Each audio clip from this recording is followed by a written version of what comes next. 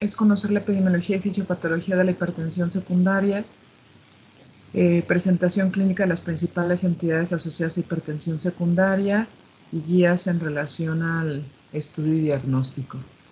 Vamos a enfocarnos nosotros a lo que sería el hiperaldosteronismo primario, al feocromocitoma y paraganglioma y el síndrome de Cushing ACTH independiente. En relación a la hipertensión arterial, en general la hipertensión arterial tiene una prevalencia de 34 a 53%, dependiendo de la definición. Es una de las principales causas de enfermedad cardiovascular. Es factor de riesgo para cardiopatía isquémica, evento cerebrovascular y enfermedad renal crónica. Y en la gran mayoría de los casos de la hipertensión arterial, esta es esencial o primaria y es de origen multifactorial. Ocupa el 80-90% de los casos de hipertensión.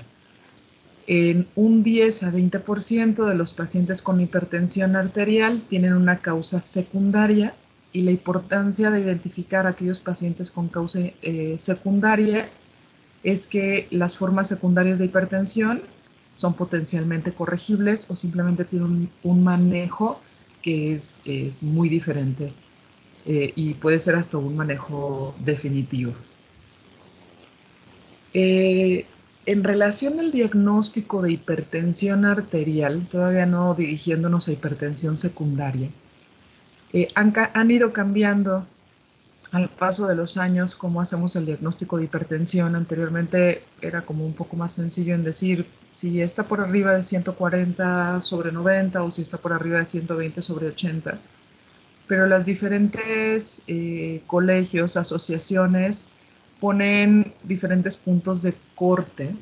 En la tabla a su derecha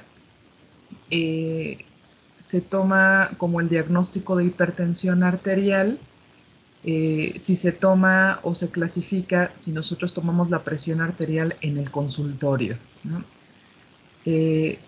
Si la tomamos en el consultorio, por lo menos 2 mediciones en el consultorio, en la cual el paciente debe estar sentado durante 5 a 10 minutos, estar tranquilo, no haber realizado ejercicio, y se toma la presión arterial en una adecuada posición, el Colegio Americano de Cardiología considera como normal una presión arterial menor de 120/80, la cataloga como incrementada si está de 120 a 129, la sistólica, y menos de 80 la diastólica, estadio 1 si está de 130 a 139 o de 80 a 89, y estadio 2 mayor o igual de 140/90. La Sociedad Europea de Cardiología considera como óptimo menor de 120/80. Normal, ellos lo consideran de 120 a 129, cuando ya el Colegio Americano de Cardiología lo considera como incrementado, y lo considera la Sociedad Europea como normal alto de 130 a 139 y de 85/89, y ellos ya lo dividen en estadio 1, 2 y 3. Estadio 1 ya es cuando está en 140 a 159, cuando en el Colegio Americano de Cardiología lo consideran como un estadio 2, ¿no?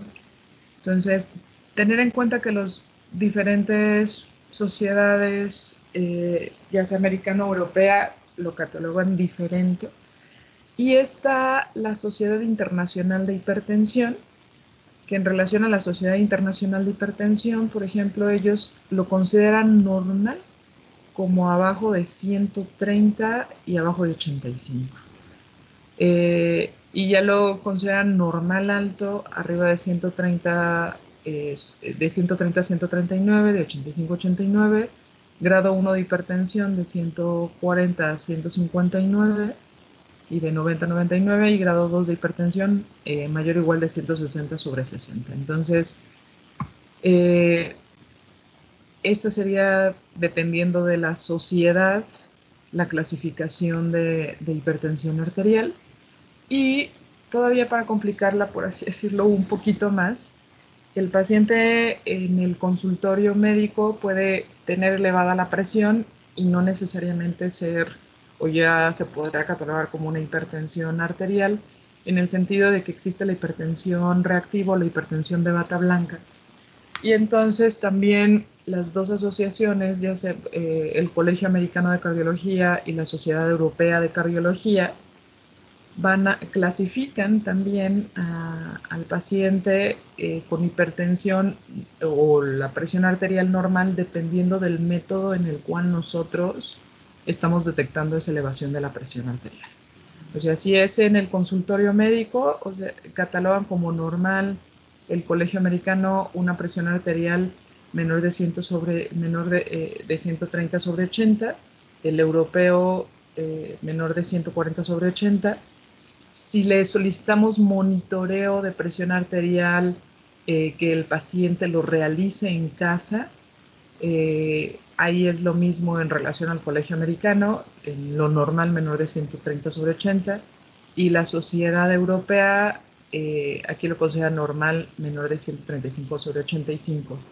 Si se hace un monitoreo de la presión arterial ambulatorio de 24 horas, entonces ahí cambia un poquito en el sentido de considerarlo normal menor de 125 sobre 75 y menor de 130 sobre 80. Si la presión arterial ambulatoria que se está checando de forma ambulatoria cuando está despierto se considera normal, abajo de 130 sobre 80 y abajo de 135-85, y cuando está dormido el paciente, pues deberíamos, o lo normal o lo esperado es que cuando uno está durmiendo la presión arterial esté mucho más baja que cuando uno está despierto, y por eso se considera normal cuando uno está durmiendo abajo de 110 sobre 65 y la europea abajo de 120 sobre 70. Entonces, también estos puntos de corte cambiarían dependiendo del modo en que nosotros estamos haciendo el diagnóstico o el monitoreo de la presión arterial, ¿no? Entonces, ya consideramos hipertensión, dependiendo de ustedes, del colegio o de la sociedad que quieran seguir, ya sea la americana, europea o la internacional, y en base a estos puntos de corte se haría el diagnóstico de hipertensión arterial, ¿no? Ese sería el paso número 1, cómo hacemos el diagnóstico de hipertensión arterial, y de ahí vienen también diferentes definiciones de hipertensión arterial. De estas definiciones tenemos hipertensión arterial refractaria, que sería cuando la presión arterial no está controlada a pesar de que tiene una terapia médica máxima, después de más de 3 visitas médicas dentro de un seguimiento mínimo de 6 meses. O sea, que aquel paciente lo tengo generalmente por lo menos con 3 antihipertensivos que tengan diferentes mecanismos de acción, y uno de esos antihipertensivos va a ser un diurético. Ya le ha ajustado a la dosis máxima, le ha agregado quizás algún otro antihipertensivo, y aún así el paciente sigue con descontrol, ¿no? Se le conoce como sistólica aislada, en el cual el paciente solamente tiene elevación de la presión arterial sistólica. Se le considera nocturna aislada cuando la elevación de la presión arterial solamente es por la noche, y se le considera que este término probablemente ya no esté tanto en uso en el sentido de maligna, pero eso sería más bien hipertensión que se asocia a una afección a órgano blanco. Y esta definición de maligna se asociaba en hipertensión con involucro multiorgánico que aparecía en un corto periodo de tiempo. Aquí, ¿por qué señalo refractaria? Porque aquel paciente que me llegue o que lo tenga con una hipertensión refractaria, entonces hay que ir sospechando de que ese paciente pudiera llegar a tener una causa secundaria de hipertensión arterial. Y tenemos otras definiciones, o sea, refractaria es muy parecida a la definición a resistente, en el sentido de que es una presión arterial que se encuentra por encima de la meta, o a veces el paciente ya puede estar en sí en meta, que eso sería la diferencia en refractaria, pero mi paciente o el paciente tiene dosis máxima de al menos 3 antihipertensivos y uno de esos es un diurético. Entonces, sospecharemos en aquel que a pesar de que ya tengo 3 antihipertensivos, a dosis máxima no lo controlo, que sería refractaria. Resistente quizás ya lo tenga en meta, pero tiene 3 antihipertensivos, dosis máxima, y uno de esos es un diurético, entonces también me tendría que hacer pensar en que este paciente pudiera tener una causa secundaria de hipertensión. Y entonces tengo que investigar cuál sería esa causa secundaria de hipertensión. Tenemos también la definición de pseudoresistente, que tenemos una aparente falta de control de la presión arterial a pesar de dosis máxima de 3 antihipertensivos, incluido un diurético, pero se le conoce como pseudoresistente en el sentido de que probablemente el paciente no esté consumiendo todos los medicamentos o la dosis que nos está comentando. Se hospitaliza ese paciente y durante su hospitalización probablemente hasta requiera menos medicamentos antihipertensivos y logremos controlarlo. Por eso se le pone ese término de pseudoresistente. Y está la hipertensión enmascarada, en la cual la presión arterial está normal en el consultorio y fuera del consultorio la presión arterial está elevada. Entonces, esta cómo la podríamos en dado caso, sería difícil de, de diagnosticar en el sentido, pues en el consultorio médico está dentro del rango normal, entonces no, no solemos pedir si la presión está bien, no solemos pedir que fuera de casa el paciente se esté monitorizando. Esta sería, digamos, como la de más difícil diagnóstico, y está la de bata blanca o reactiva, en la cual la presión arterial está elevada en el consultorio y está normal fuera del consultorio. Entonces, en esta lo que solemos hacer, el propio paciente lo dice, me pongo nervioso al venir al consultorio, y entonces ahí, antes de iniciar antihipertensivo, se solicita un monitoreo continuo en casa, un monitoreo ambulatorio de 24 horas en casa, sobre todo para poder hacer el diagnóstico y descartar esta, esta posibilidad. Si mi paciente tiene refractaria o resistente, entonces estar sospechando en que mi paciente pueda tener una causa secundaria de hipertensión arterial.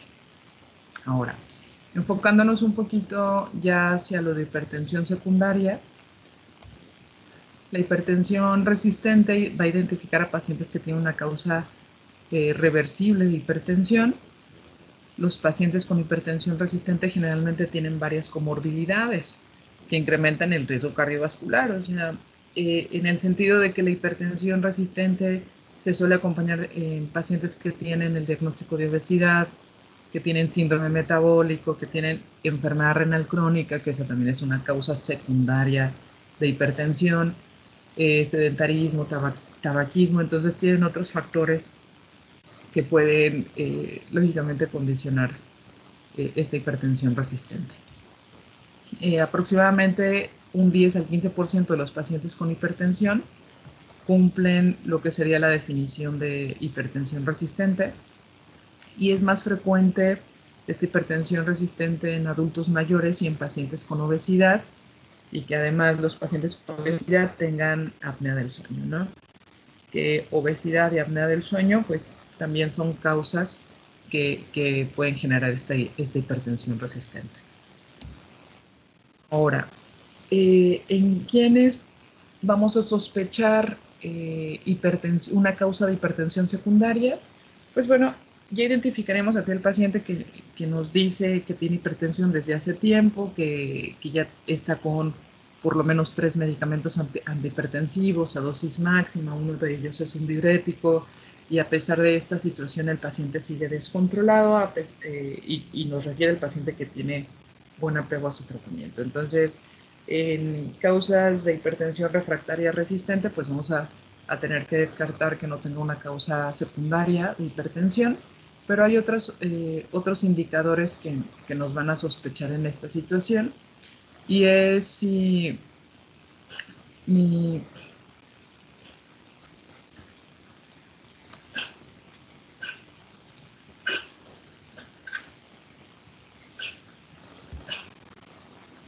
Espérame un poquitito.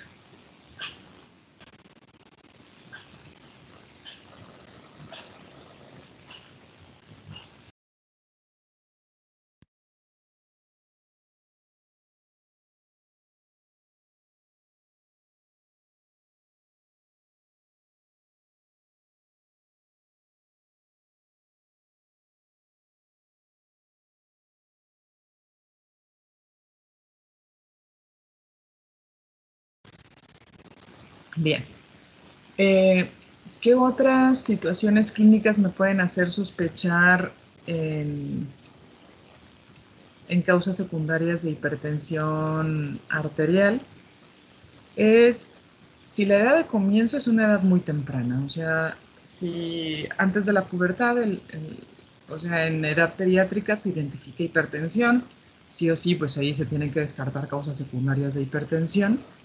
Si la edad de comienzo, que aquí varía, ¿no? En esta bibliografía consideran edad de comienzo menos de 30 años, en otra bibliografía considera edad de comienzo menos de 35 años y en otras bibliografías edad de comienzo menos de 40 años. Entonces, en la edad de comienzo de la hipertensión puede variar menos de 30, menos de 40, menos de 35, pero englobando, digamos, un poquito de eso, si es menos de 40 años, mi paciente no tiene obesidad, sin antecedentes de hipertensión arterial, aunque esto yo lo tacharía en el sentido de que varias causas secundarias pueden ser un componente hereditario o pueden ser genéticas, pero si la edad de comienzo de la hipertensión es menos de 40 años, entonces sospechar una causa secundaria, o si la edad de comienzo es más de 60 años, también sería sospechar una causa secundaria.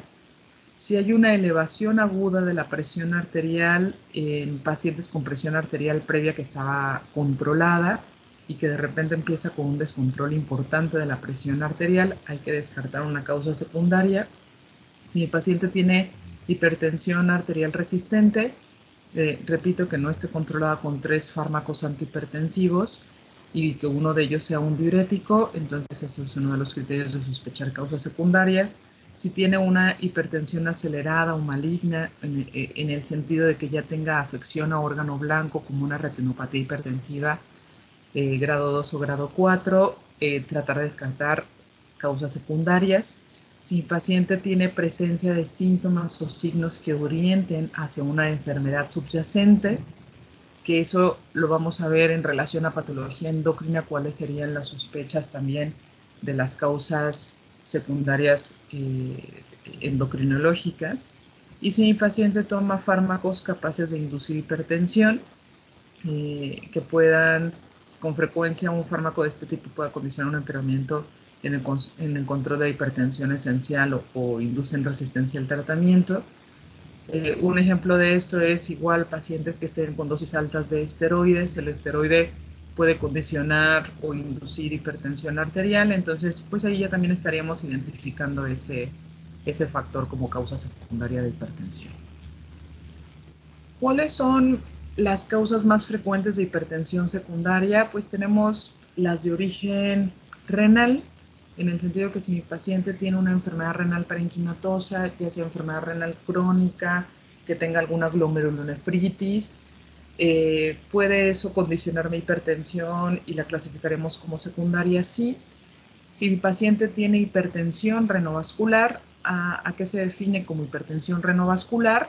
Que tenga afección a nivel de las arterias renales, ya sea que tenga una estenosis, ¿no? Que eso sería más frecuente en un adulto mayor, en un paciente mayor de 50 años, o que tenga una fibrodisplasia, que eso es más frecuente en paciente joven, y eso de fibrodisplasia es que está afectada las capas a nivel de las arterias renales que condicionan disminución del flujo arterial y por lo tanto esto me puede condicionar una hipertensión arterial secundaria de causa renovascular.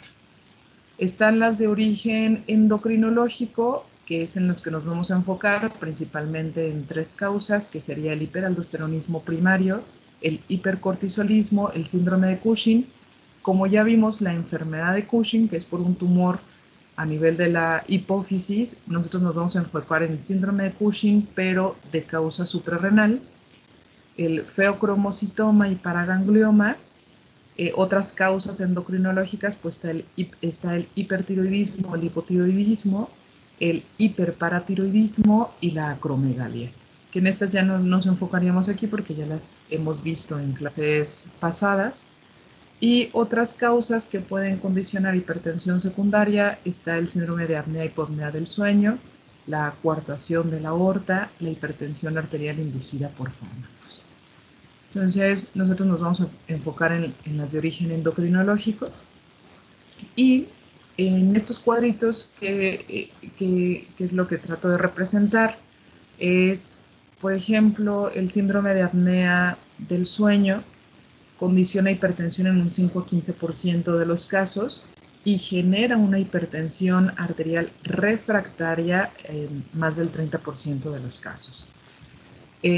Las patologías de origen renal, la enfermedad renal parenquimatosa, genera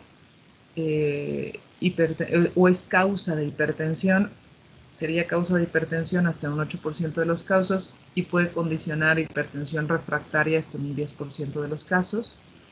La hipertensión renovascular genera hipertensión arterial hasta en un 8% de los casos y resistente hasta un 20% de los casos.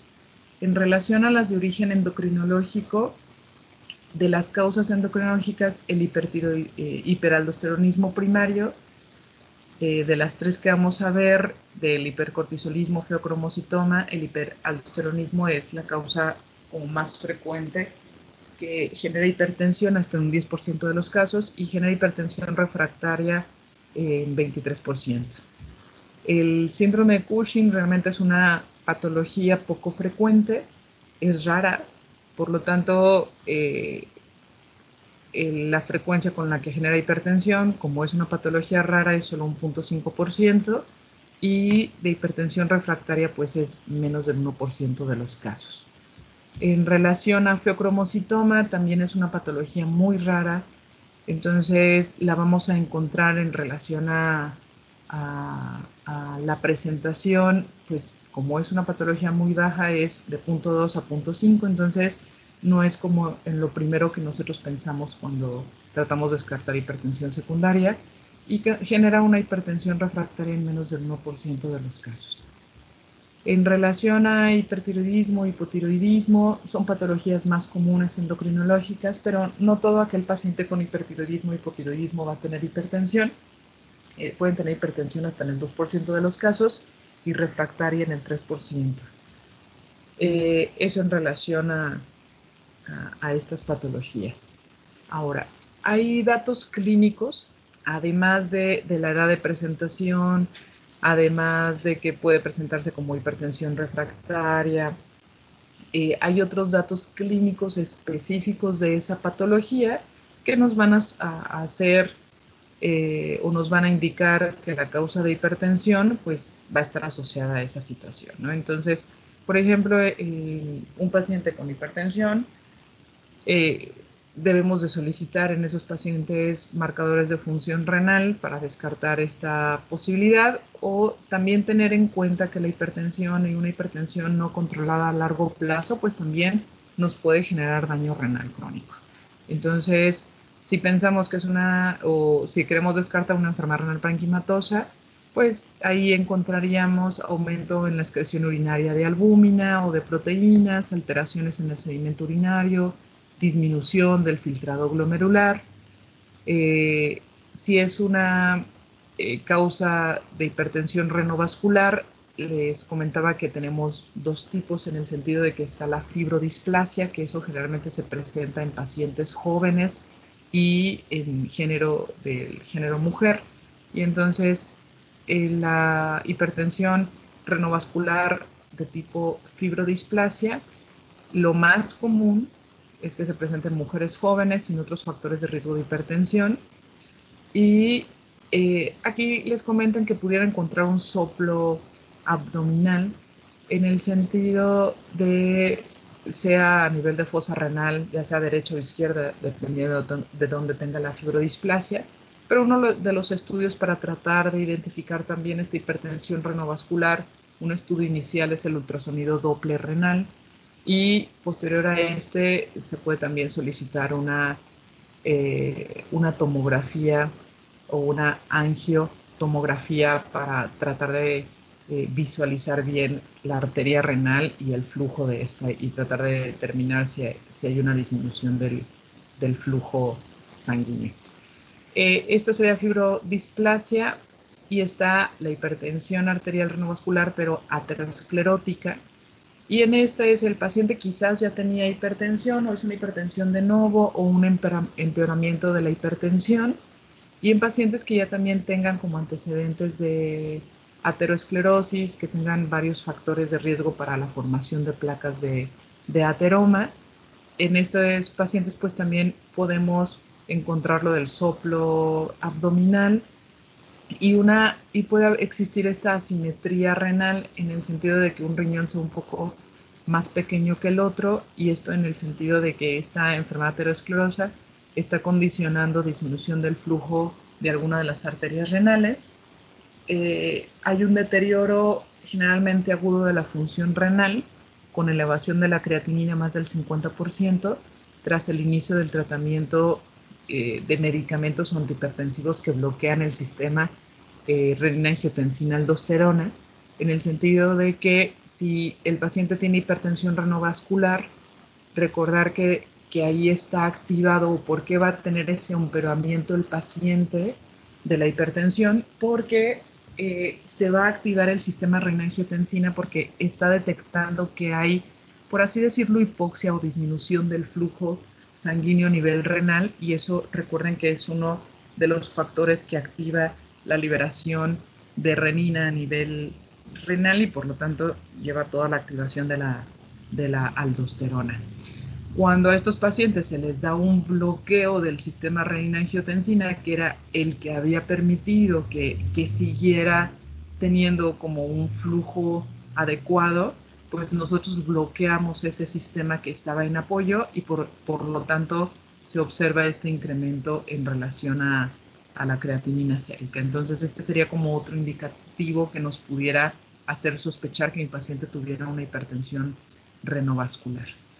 Y si mi paciente también tiene como el antecedente de episodios de crisis hipertensivas con edema agudo de pulmón no justificable por otra causa, sospechar también en que mi paciente pudiera tener una hipertensión renovascular de tipo aterosclerótico. Entonces, de la misma manera ahí se solicita de forma inicial un ultrasonido renal Doppler para ver el flujo sanguíneo a nivel de la arteria renal, o si es posible y tiene una función renal adecuada, una angiotomografía, porque ahí se utiliza medio de contraste. Entonces, esas serían como las causas renales.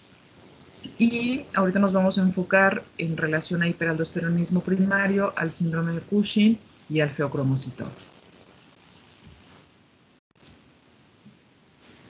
Cuando ustedes sospechan una hipertensión secundaria, pues se tiene como una evaluación inicial bioquímica tratando de descartar estas causas secundarias que nos pueden dar, y entonces ahí se sugiere que soliciten por lo menos 2 electrolitos séricos, que sería el potasio y el calcio.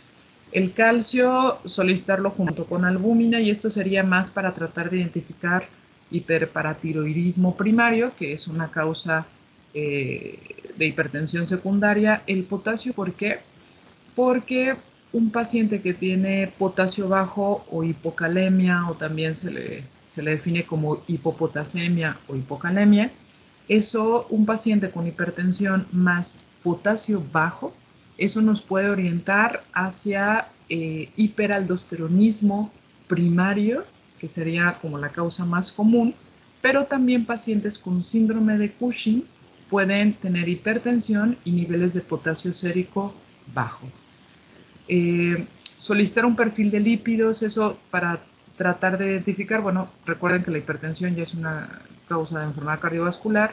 El perfil de lípidos nos orientaría más en el sentido de aquel paciente con posible causa de hipertensión renovascular de causa aterosclerótica, y que además tendremos que estar manejando la dislipidemia. Solicitar hemoglobina glucosilada o glucosa en ayuno, curva de tolerancia a la glucosa, o glucosa en ayuno más medición de insulina, para tratar de identificar si mi paciente tiene algún trastorno en el metabolismo de la glucosa. Recordar que la resistencia a la insulina también puede condicionar causa de hipertensión. No nos condiciona una hipertensión refractaria, pero sí causa de hipertensión. y que además este es otro factor de riesgo de enfermedad cardiovascular. Y también pacientes que tienen hiperaldosteronismo, pacientes que tienen feocromocitoma, pueden acompañarse, o el hiperaldosteronismo o feocromocitoma pueden condicionar un trastorno del metabolismo de la glucosa. Solicitar marcadores de función renal, creatinina, nitrógeno ureico, urea, determinar la tasa de filtrado glomerular, sobre todo para tratar de descartar causas renales parenquimatosas, solicitar un perfil tiroideo para tratar de descartar hipotiroidismo o hipertiroidismo. En hipertensiones secundarias hay que solicitar la medición de metanefrinas séricas, que eso es para el abordaje de feocromocitoma. En mi sospecha de hipercortisolismo, recordar de la misma manera se aborda el hipercortisolismo, tratar primero de determinar que mi paciente no tenga hipercortisolismo endógeno, y eso lo hacemos a través de 3 pruebas, que es la medición de cortisol salival nocturno, la medición de cortisol libre en orina de 24 horas, o realizar la prueba de supresión con dosis baja de dexametasona a dosis de 1 miligramo, ¿no? En el caso de identificar hiperaldosteronismo primario, solicitamos la medición de renina y aldosterona séricas. Y si mi sospecha es sobre acromegalia, recordar, solicitamos la medición de IGF-1, o que también se le conoce como somatomedina C. Entonces, esa sería como la evaluación bioquímica inicial en relación a laboratorios. Y tenemos estudios de gabinete. Si mi sospecha es de una hipertensión renovascular, solicitar un ultrasonido renal Doppler. Si mi sospecha es de apnea obstructiva del sueño, solicitar una polisomnografía, una radiografía de tórax. Esto en sí, para tratar de determinar si mi paciente tiene de forma muy sencilla cardiomegalia. Solicitar un ecocardiograma para tratar de determinar si hay ya hipertrofia a nivel ventricular, y tratar de identificar lo de coartación en relación a la aorta. Voy a dar un poco de generalidades, porque de aquí vamos a pasar a lo del tema de hiperaldosteronismo y feocromocitoma, un poco de generalidades de las glándulas suprarrenales, que esto no lo habíamos visto en temas previos. Recordar que estas glandulitas suprarrenales se encuentran por arriba de los riñones, tienen una forma piramidal, se encuentran en la parte posterolateral a los riñones, miden aproximadamente de 2 por 5 por 1 centímetro, tiene una irrigación de 10 a 12 ramas arteriales derivadas de la aorta, de ahí tienen su drenaje a través de la vena suprarrenal derecha y deriva o drena hacia la vena cava, y la vena suprarrenal izquierda hacia la vena renal. Y la inervación es a través de neuronas simpáticas eferentes del plexo torácico y lumbar, neuronas preganglionares y eferentes parasimpáticas de la rama celíaca del nervio vago. Y en relación a la histología, la glándula suprarrenal se divide en la corteza suprarrenal y en la médula suprarrenal. A nivel de la corteza suprarrenal tenemos todavía 3 zonas, que es la zona glomerulosa, la zona fascicular y la zona reticular. De la zona glomerulosa es donde se va a secretar lo que es la aldosterona, y de la zona fascicular y zona reticular sería la síntesis y liberación de lo que es el cortisol y diferentes esteroides, esteroides como la dehidroepiandrosterona, aunque hay otros tipos de esteroides que vamos a ver en un momento. Esa es en la zona de la corteza suprarrenal, y en la zona de la médula suprarrenal, de ahí es justamente donde se sintetizan y libera la adrenalina y noradrenalina. Bien. La glándula suprarrenal también está regulada por el eje hipotálamo, hipófisis y glándula suprarrenal. Recordar que a nivel del hipotálamo se libera la hormona liberadora de corticotropina o de ACTH. Se libera a través del ritmo diurno, del estrés, hipoglucemia, hipertensión, fiebre, trauma o cirugía. Estos son factores que estimulan la liberación de CRH para que la CRH estimule a nivel de la hipófisis la liberación de la ACTH u hormona adrenocorticotrópica. Hay otros factores u otros factores estimulantes que liberan a la hormona adrenocorticotrópica, como es la hormona antidiurética y diferentes citocinas. Y esta ACTH, hormona adrenocorticotrópica, lo que va a condicionar es actuar a nivel de la corteza suprarrenal. La ACTH no actúa a nivel de la médula suprarrenal, solamente a nivel de la corteza suprarrenal. Y lo que va a generar la ACTH es la estimulación de la liberación, síntesis y liberación de lo que vendría siendo los glucocorticoides, que sería el cortisol, andrógenos y en poca medida también la liberación de mineralocorticoides, que mineralocorticoides sería la aldosterona. ¿Por qué digo que muy poco estimula la liberación de mineralocorticoides? Porque recordar que la liberación de aldosterona está dado principalmente por el sistema renina-angiotensina-aldosterona. Y entonces la liberación principalmente de cortisol estimulado por la ACTH, vamos a tener diferentes efectos, ya sea en el metabolismo o en el sistema cardiovascular, que los vamos a ver a más detalle acá. El cortisol va a actuar a nivel de un receptor nuclear, que sería el receptor de glucocorticoides.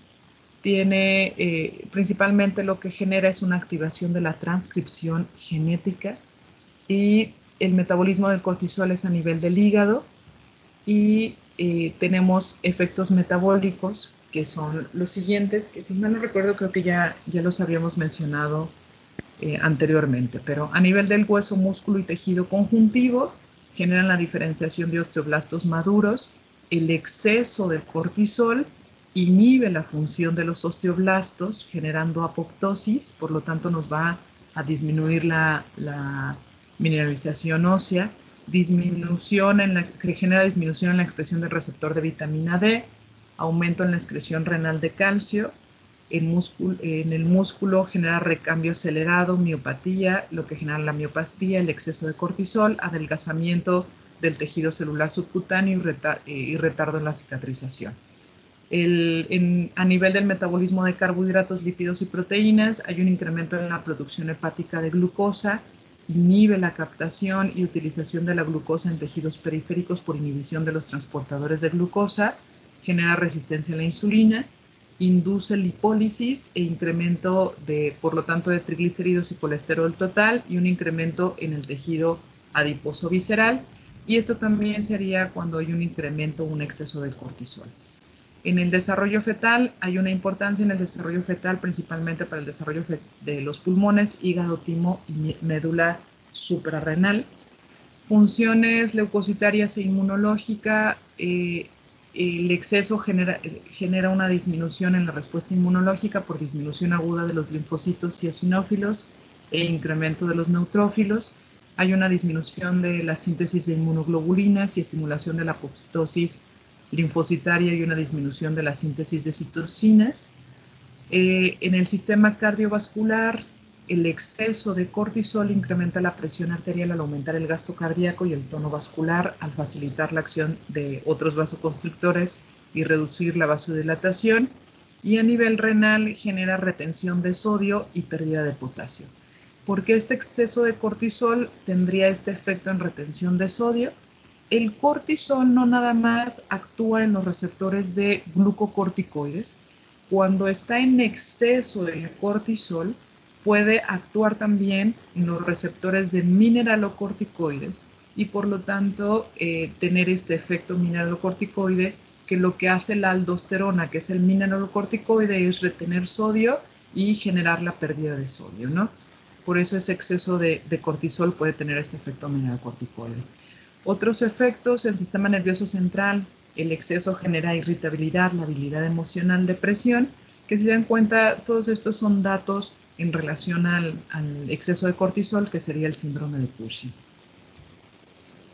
Ahora, el sistema renina-angiotensina-aldosterona se va a activar la liberación de renina al tener una disminución de la perfusión renal, a tener un incremento de la acción beta adrenérgica o tener también un incremento de las prostaglandinas. Entonces, al tener estos factores, van a estimular la liberación de renina, y esta liberación de renina lo que va a generar es la conversión o la conversión de angiotensinógeno hacia angiotensina 1 y posteriormente de la angiotensina 1 hacia angiotensina 2, y a nivel de la glándula suprarrenal la síntesis y liberación de lo que viene siendo la aldosterona. ¿Qué genera la aldosterona? La aldosterona lo que genera es incremento en la reabsorción de sodio y excreción a nivel renal de potasio. Y es de esa manera que si tenemos mayor retención de sodio, eso va a incrementar el volumen intracelular, incrementa la presión arterial, y entonces lo que tienen aquí sería como el efecto de la aldosterona a nivel de los riñones.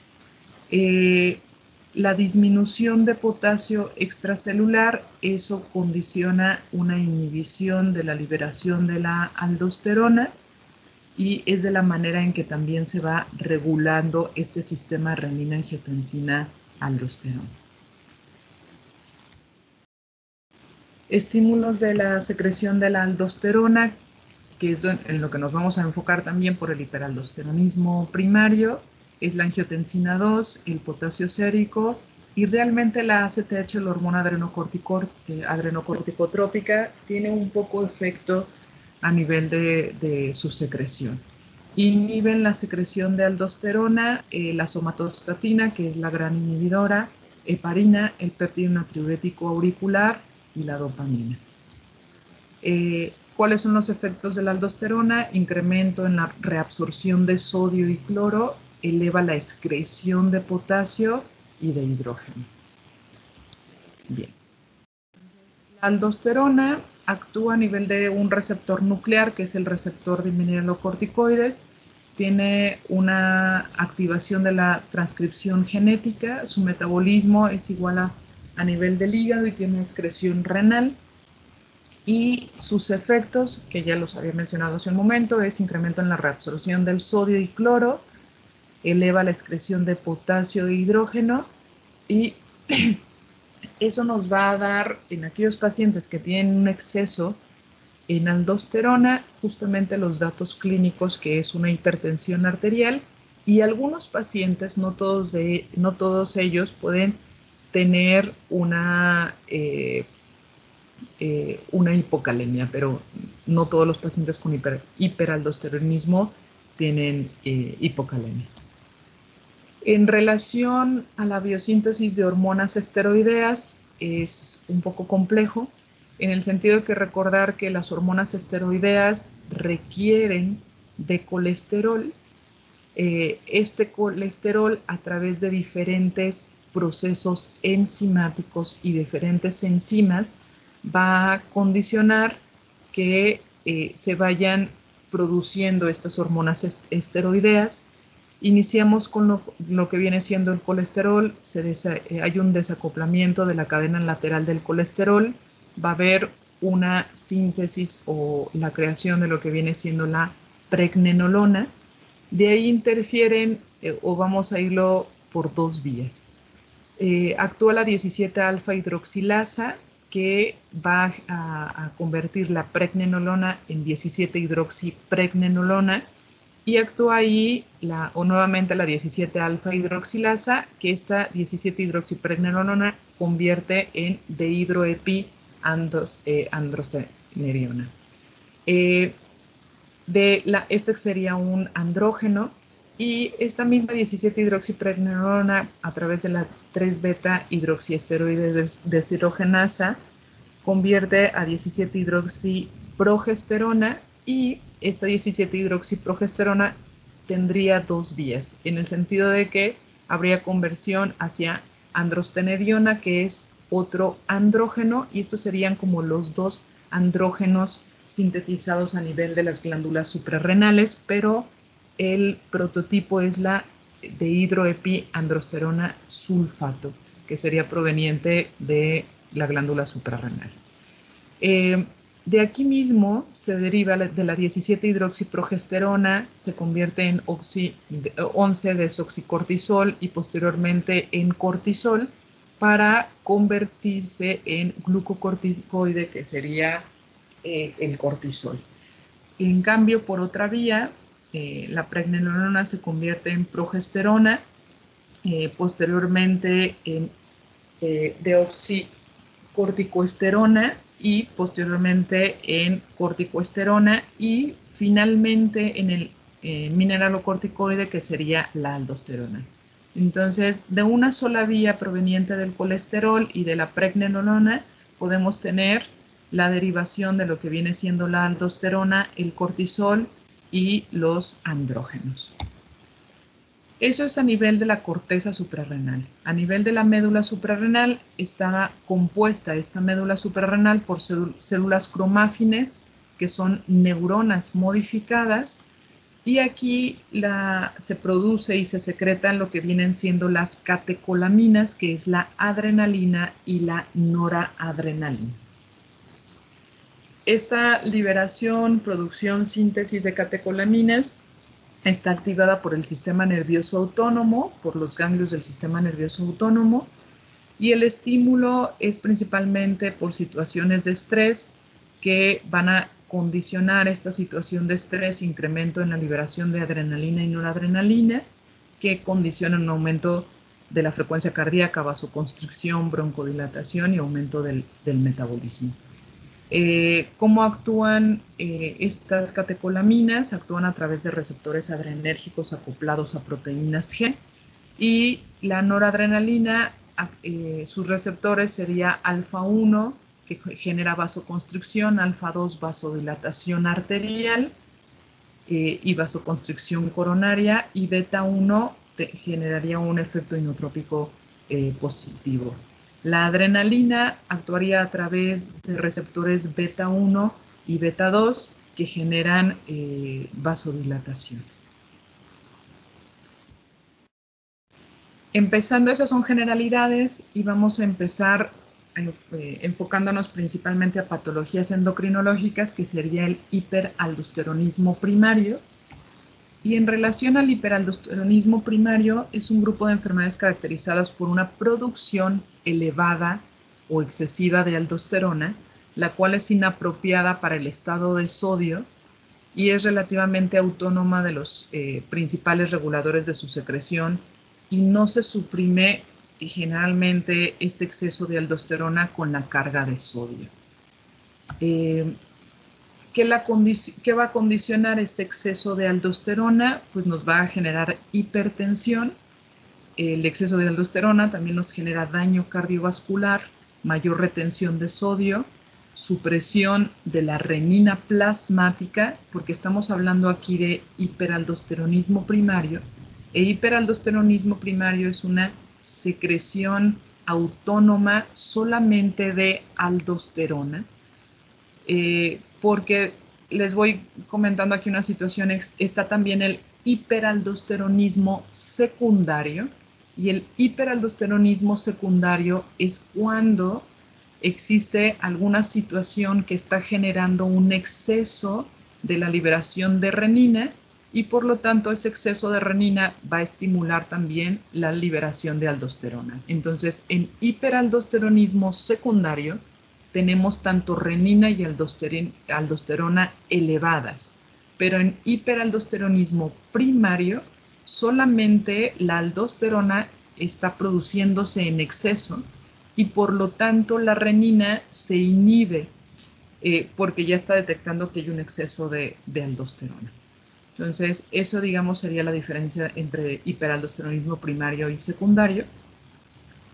Es importante la detección del hiperaldosteronismo primario, sí, porque el hiperaldosteronismo primario se asocia a incremento en enfermedad vascular cerebral, pero principalmente a un EBC, pero de tipo hemorrágico, a infarto agudo, al miocardio, a fibrilación arterial, a hipertensión arterial, que en este caso pues sería una causa secundaria de hipertensión arterial. Es la causa más común de hipertensión secundaria de etiología endocrinológica y tenemos una prevalencia que va de 5 al 15% en pacientes que tienen hipertensión. La hipocalemia generada por el hiperaldosteronismo primario, porque muchos piensan que todos los pacientes que tienen hiperaldosteronismo primario tienen que tener niveles de potasio sérico bajos o hipocalemia, pero tener en cuenta que solo hasta el 37% de los casos puede tener hipocalemia. Entonces, a lo que quiero llegar es de que un paciente, si tiene criterios para investigar causa secundaria de hipertensión, aún así tenemos que, aunque no tenga hipocalemia el paciente, tenemos que descartar que no tenga un hiperaldosteronismo primario.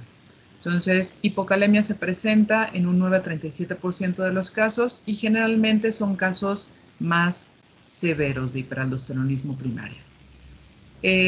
La presentación más común es que el paciente tenga hipertensión y que tenga niveles de potasio sérico normales o normocalemia, que es la presentación más común.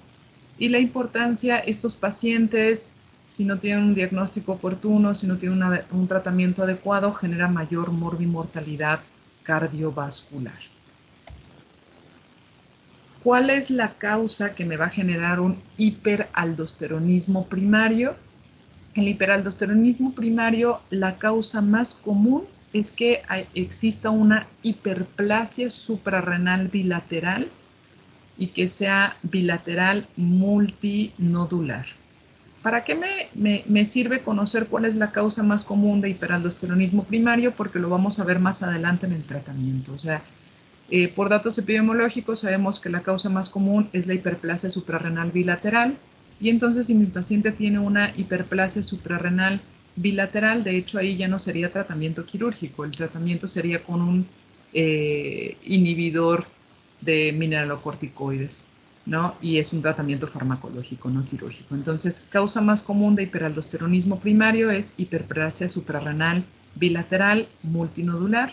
La segunda causa de hiperaldosteronismo primario es el adenoma productor de aldosterona y de ahí ya son otras causas muchísimo menos frecuentes como un carcinoma productor de aldosterona, hiperaldosteronismo familiar, un carcinoma de ovario productor de aldosterona, que estas son patologías sumamente raras. Entonces, nos quedamos con causas más frecuentes. Número 1, hiperplasia suprarrenal bilateral y causa número 2 es un adenoma productor de aldosterona, que un adenoma es un tumor benigno, que es un tumor único y que está produciendo de forma autónoma aldosterona. ¿Cómo se presentan estos pacientes con hiperaldosteronismo primario? Pues tienen hipertensión arterial, que pueden tener una hipertensión arterial diagnosticada en una edad joven o pueden tener una hipertensión arterial refractaria o resistente. La hipocalemia ya sabemos que se presenta solo hasta en un 37% de los casos, pero si ustedes tienen un paciente con hipertensión e hipocalemia, piensen en primera instancia en un hiperaldosteronismo primario. El paciente pudiera llegar a tener hipernatremia, aunque esto no es muy común. El paciente tiene caliuresis excesiva, o sea, que está teniendo una excreción de potasio a nivel renal alta y nosotros podemos medir el potasio en orina para tratar de determinar esto. Y por esta hipocalemia y la excreción excesiva de potasio nos va a generar a nivel del estado ácido base una alcalosis metabólica, porque recordar que el exceso de aldosterona no nos va a generar nada más la excreción de potasio, sino también de hidrogeniones, y por eso también nos generaría una alcalosis metabólica por este exceso de aldosterona. ¿Cómo voy a hacer yo el diagnóstico de hiperaldosteronismo primario? Uno, pues identificar a ese grupo de riesgo, si es un paciente con hipertensión, que tenga hipertensión más hipocalemia o potasio bajo, pues siempre sospechar en hiperaldosteronismo primario en primera instancia, o que tenga hipertensión, que yo le inicié un diurético y con el diurético le induje hipocalemia, también ahí sospechar en hiperaldosteronismo primario, que tenga una hipertensión refractaria, que tenga antecedentes familiares, aunque son muy raros estos casos de pacientes con antecedente de hiperaldosteronismo primario familiar, pues bueno, lógicamente tendría que descartar en ese paciente que tuviera hiperaldosteronismo primario, ¿no? Después de identificar cómo es el grupo de riesgo, hago el tamizaje o la prueba de tamizaje, que la vamos a ver más adelante. Si es necesario, si con esta prueba de tamizaje aún así me queda duda si mi paciente tiene hiperaldosteronismo primario, hacemos una prueba de confirmación. Después de esa prueba de confirmación, tratamos de identificar cuál sería la causa del hiperaldosteronismo, si sería una hiperplasia suprarrenal bilateral o si sería un adenoma o un tumor productor de aldosterona, y sobre todo para identificar ese subtipo y decidir el tipo de tratamiento que voy a dar a este paciente. Entonces, ¿cuáles serían mis grupos de riesgo? Sospechas de caso de hiperaldosteronismo primario, si tienen los pacientes una presión arterial sostenida más de 150/100 en 3 mediciones de días diferentes, o si tiene más de 140/90 resistente a 3 antihipertensivos convencionales que incluye un diurético, si tiene, que esa sería la definición de hipertensión resistente y refractaria, si tiene una presión arterial controlada, pero mi paciente tiene 4 o más antihipertensivos, si mi paciente tiene hipertensión más hipocalemia espontánea o inducida por diurético, si mi paciente tiene hipertensión y además de forma incidental, porque se le solicitó un estudio de imagen de glándulas suprarrenales por alguna otra situación y se identificó un tumor a nivel de la glándula suprarrenal, entonces a eso se le conoce como incidentaloma adrenal. Y además mi paciente tiene hipertensión, pues tendría que descartar que no tenga un hiperaldosteronismo primario. Si mi paciente tiene hipertensión más apnea del sueño, hay que descartar hiperaldosteronismo, que ahí, les voy a ser sincera, generalmente la apnea del sueño me genera pero un hiperaldosteronismo secundario, o sea que la renina y la aldosterona están elevadas. Si mi paciente tiene hipertensión más antecedentes heredofamiliares de hipertensión de inicio temprano o que tenga un evento vascular cerebral de tipo hemorrágico antes de los 40 años, descartar hiperaldosteronismo primario. Y si tengo familiares de primer grado con hipertensión, de pacientes con hiperaldosteronismo primario, pues tengo que hacer el abordaje para descartar en ese paciente hiperaldosteronismo primario. ¿Cómo hago el tamizaje si estoy sospechando de que pudiera tener hiperaldosteronismo primario? Pues se realiza algo que nosotros le llamamos como PAC-PRA, que es la medición de la concentración plasmática de aldosterona y además medir igual en sangre la actividad de renina plasmática. Entonces nosotros ponemos ahí aldosterona, medir aldosterona en plasma y medir la actividad de renina plasmática. Y entonces ya el laboratorio nos da estos dos resultados, que sería el PAC, concentración plasmática de aldosterona, y el PRA, que sería la actividad de la renina plasmática. Entonces ya el laboratorio nos da esos dos valores y tenemos para sospechar hiperaldosteronismo primario, pues recuerden que es una liberación excesiva de aldosterona y la renina realmente debería de estar suprimida. Entonces, como mínimo tenemos que tener una concentración plasmática de aldosterona mayor de 15 nanogramos por decilitro para estar sospechando en hiperaldosteronismo primario como prueba de tamizaje, y la actividad de renina plasmática. O sea, yo espero que mi renina esté suprimida porque estamos hablando de hiperaldos primario. Y entonces encontraría el PRA o la actividad renina plasmática suprimida o menor de 3 nanogramos por mililitro por hora. Entonces reviso estos resultados que me da y si tengo una aldosterona más de 15 y una actividad renina menor de 3, ya eso nos va a dar una relación aldosterona-renina que solamente es dividir el valor de la aldosterona, de la concentración de aldosterona sobre la actividad de renina, y si esa relación me da más de 30, realmente ahí yo tendría ya alta indicación de que mi paciente tiene un hiperaldosteronismo primario. Esta tablita, para hacerla un poquito más complicada la situación, lo que trata de decirnos es de que existen diferentes factores que me pueden condicionar que mi concentración de aldosterona o mi actividad de renina la puedan alterar, ya sea dándonos un falso positivo o un falso negativo. Y en esta instancia hay diferentes medicamentos y sobre todo medicamentos antihipertensivos que me pueden generar que mi nivel de aldosterona esté más bajo o esté más alto, o que mi nivel de renina esté también más bajo o más alto. Entonces, estos diferentes factores pueden alterar esta relación PAC-PRA y por lo tanto me pueden dar un falso positivo o un falso negativo. Entonces, generalmente ahí que se hace es cambiar los medicamentos antihipertensivos del paciente. Si mi paciente tiene un inhibidor de la enzima convertidora de angiotensina o un ARA2, entonces estos medicamentos me pueden generar alteraciones en el sentido de mi efecto en renina y en aldosterona, y se sugiere cambiar estos medicamentos antihipertensivos con medicamentos como serían bloqueadores de calcio, como nifedipino, como amlodipino, como verapamilo, ya que estos medicamentos tendrían realmente todavía tendrían un efecto en el sentido de niveles de renina y aldosterona, pero sería menor, ¿no? O cambiar por un alfa agonista como prazosina, que eso realmente ni siquiera está contemplado aquí, no me generaría ningún efecto en mis niveles de aldosterona y de renina.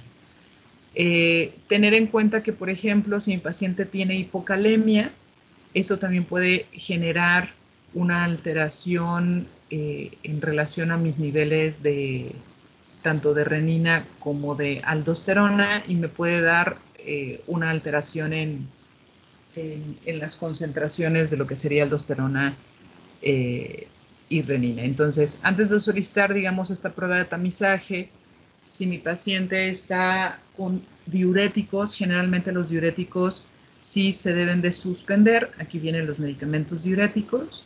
Entonces, lo que hacemos es un cambio de los medicamentos antihipertensivos por aquellos fármacos antihipertensivos que no me generen alteración en los niveles de renina y aldosterona. Y generalmente de esos medicamentos a los que cambiamos es hacia verapamilo, hacia prazosina, que esos dos medicamentos no generan ningún efecto en aldosterona y en renina. Y que además, como el paciente tiene hipertensión, no le puedo suspender los medicamentos antihipertensivos porque si no le puedo generar un problema. Al tener esta relación, dependerá de ese nivel de relación que me va a generar mayor sospecha o confirmación del hiperaldosteronismo primario. El punto de corte que aquí se pone es más de 30, pero algunos autores consideran que si ya esa relación es más de 20, ya es alta sospecha de que nosotros podamos o el paciente pueda tener ya un hiperaldosteronismo primario. En algunas ocasiones el laboratorio no mide la actividad de renina plasmática y entonces solamente mide renina plasmática, no siendo la actividad, y nos puede dar la medición de esa renina en microunidades por litro. Y es por eso que aquí, si nos la dieran en microunidades por litro, esto sería como la relación a tomar en cuenta, dependiendo si nos dan esa concentración de renina, si nos la dan en microunidades por litro o nanogramos por litro. Y aquí es si nos dan la actividad de renina plasmática en nanogramos por mililitro entre hora o picosmoles por litro. ¿no? Ya tendríamos esta relación, y si esta relación está en 20 o en 2.5 o en 3.7 o en 5.7, dependiendo de cómo nos den el valor de la renina, es cuando nosotros vamos a decir que esta prueba de tamizaje es positiva. Tengo que realizar a todos los pacientes una prueba confirmatoria. Realmente no es necesario realizar pruebas confirmatorias a todos los pacientes. Y la prueba de confirmación del caso se realiza con unas pruebas que vamos a ver más adelante, pero no es necesario realizar esa prueba confirmatoria si mi paciente tiene hipocalemia, si mi paciente tiene un nivel de renina bajo o suprimido, si mi paciente tiene una concentración de aldosterona plasmática más de 20 nanogramos por decilitro, realmente ya con eso yo puedo hacer el diagnóstico de hiperaldosteronismo primario y no es necesario hacer más pruebas confirmatorias. De estas pruebas confirmatorias es si mi PACPRA quedó en el límite en 20, mi paciente tiene hipertensión pero no tiene hipocalemia y me queda la duda en si realmente tendrá hiperaldosteronismo primario o no. Entonces ahí es cuando decido hacer una prueba confirmatoria. De estas pruebas confirmatorias no existe como un gold estándar y una sola prueba confirmatoria pues no es óptima y a veces se tiene que hacer por lo menos una o dos pruebas para tratar de determinar si realmente mi paciente tiene hiperaldosteronismo primario. La elección de la prueba debe depender del costo, de la comodidad, de la rutina de laboratorio y de la experiencia. Y en este caso haríamos estas pruebas confirmatorias, repito, si mi paciente tiene hipertensión, mi relación aldosterona renina salió en el límite en 20, pero no está más de 20. Mi paciente no tiene hipocalemia, entonces ahí sería necesario hacer una prueba confirmatoria. Las pruebas confirmatorias, ¿cuáles tenemos? Entonces, tenemos la que le llamamos carga oral de sodio. En esta carga oral de sodio, recordar que la aldosterona con un exceso de sodio debería de inhibirse su liberación y por lo tanto nosotros tratamos de hacer unas pruebas en el sentido de tratar de inhibir ese exceso de esta hormona y por lo tanto a estos pacientes se les da una ingesta de sodio, se le indica que esté ingiriendo por lo menos 6 gramos al día de sodio durante 3 días y se hace la medición de sodio en orina de 24 horas. Y además de hacer esa medición para asegurarnos de que el paciente tuvo un exceso en la ingesta de sodio, se hace la medición de aldosterona en orina de 24 horas y además se hace la recolecta en el día 3 y en el día 4 después de la ingesta por 3 días de sodio. Cuando consideramos, uno esperaría si el paciente no tiene exceso de aldosterona que hubiera una inhibición o una disminución de los niveles de aldosterona y cuando consideramos anormal o positiva esta prueba de carga oral de sodio, cuando la aldosterona en la orina medida esté más de 10 microgramos en 24 horas. Realmente esta en la práctica clínica que la utilicemos mucho, no, principalmente para tratar también de que el paciente ingiera toda esta carga de sodio, ver si realmente eso generó un impacto en el sodio en orina 24 horas, es como un poco más complejo. Y la que se suele utilizar un poco más es la carga intravenosa de sodio. Y lo que hace en la carga intravenosa de sodio, pues es el mismo principio en el sentido de tener un exceso de sodio a nivel del organismo para que me induzca la inhibición de aldosterona. ¿Cómo hacemos esta prueba de carga intravenosa de sodio? El paciente va a estar en reposo, se le administra solución salina al 0.9%, 2 litros vía intravenosa para 4 horas, o sea, esos 2 litros se le van a estar infundiendo en un periodo de 4 horas. Esa prueba generalmente empezamos esa infusión de solución salina entre las 8 a 9:30 de la AM, de la mañana, y se van tomando muestras de renina, aldosterona, de potasio en la orina de forma basal y después se vuelven a tomar a las 4 horas de que se terminó de infundir la solución salina. ¿Qué consideraríamos anormal si a las 4 horas, comparando con la aldosterona inicial o basal, y a las 4 horas de que se infundió la solución intravenosa, mi aldosterona sérica está a más de 10 nanogramos por decilitro? Entonces, si a las 4 horas de infundirle la solución salina, mi aldosterona está más de 10, yo ya puedo hacer la confirmación de que existe un exceso y que no logré suprimir esa secreción autónoma de aldosterona.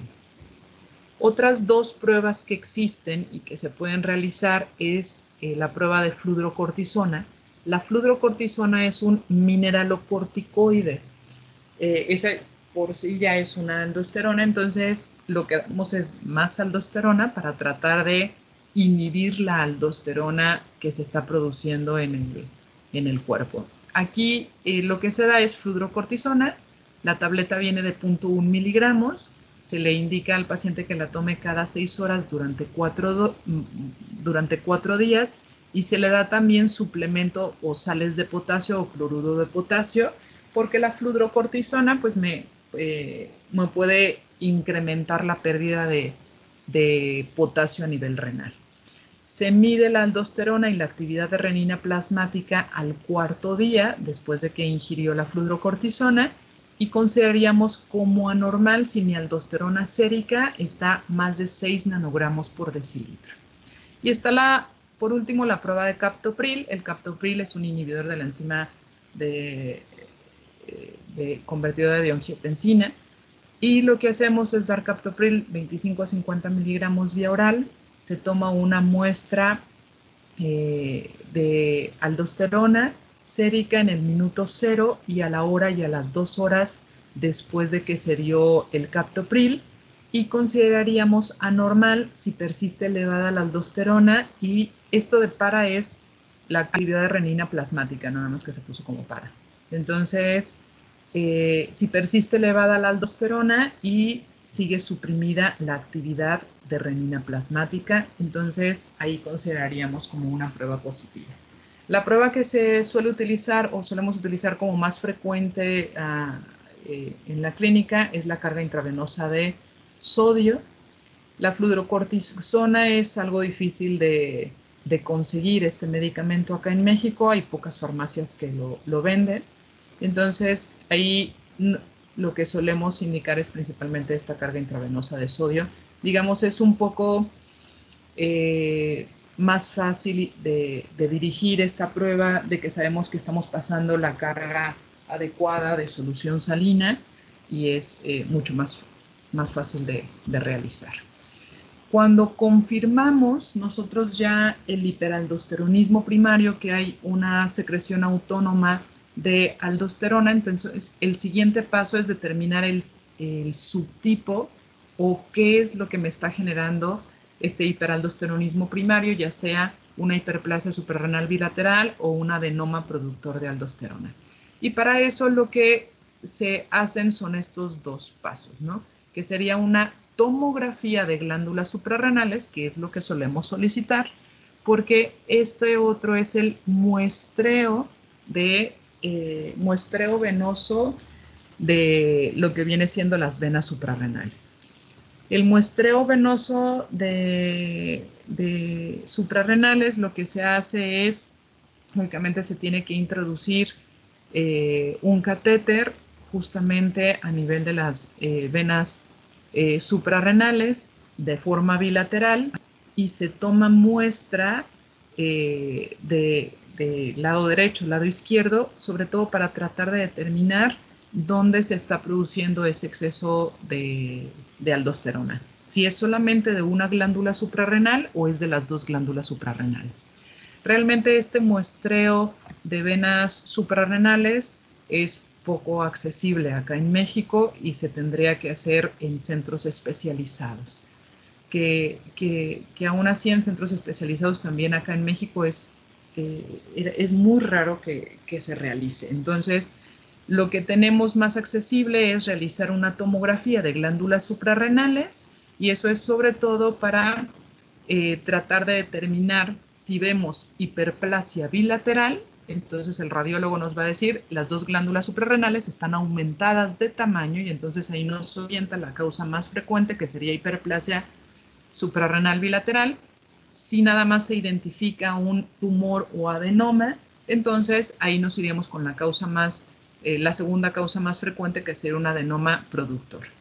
¿Cuál es la importancia de determinar el subtipo de hiperaldosteronismo primario? Es que algunos subtipos se beneficiarán de cirugía y otros de tratamiento farmacológico.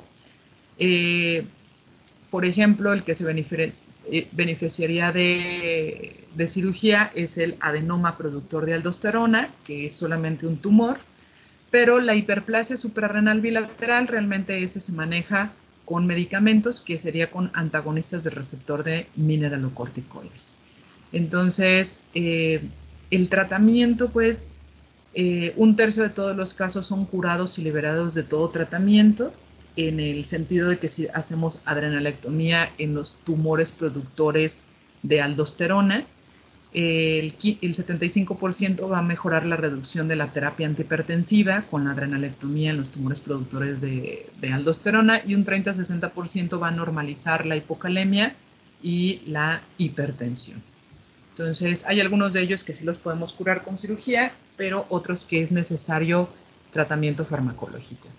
Recordar, causa más frecuente de hiperaldos es hiperplasia suprarrenal bilateral en el 70% de los casos y ahí el tratamiento es con antagonistas del receptor de mineralocorticoides. ¿Cuál es ese antagonista del receptor de mineralocorticoides? Es la espironolactona. Entonces, en estos casos, el tratamiento idóneo sería dar espironolactona y se va ajustando la dosis de este medicamento. La segunda causa más común es el adenoma productor de aldosterona, hasta el 35% de los casos, y ahí el tratamiento de elección, y que de hecho hasta puede condicionar curación, es la adrenalectomía. Entonces, los que ameritan cirugía son estas otras causas que son muy raras, pero una de las causas o segunda causa más frecuente sería el tumor o adenoma productor de aldosterona.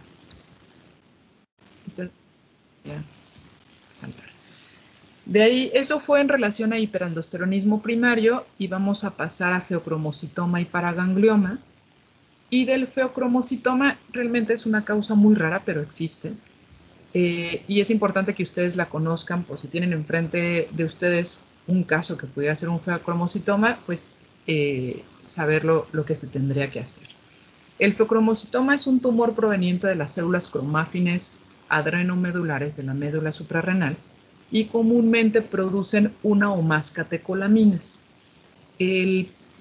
Ocupa de estos tumores raros de la médula suprarrenal, ocupa el 80-85% de los casos, pero existen también los paragangliomas, que estos son tumores derivados de células cromáfines también, pero que están fuera de la glándula suprarrenal o fuera de la médula suprarrenal, y estos son extraadrenales, o sea que se van a encontrar a nivel de los ganglios simpáticos y parasimpáticos paravertebrales, y de por sí son raros todos estos tumores, pero de estos tumores de feocromocitoma y paraganglioma solo ocupan el 15-20%.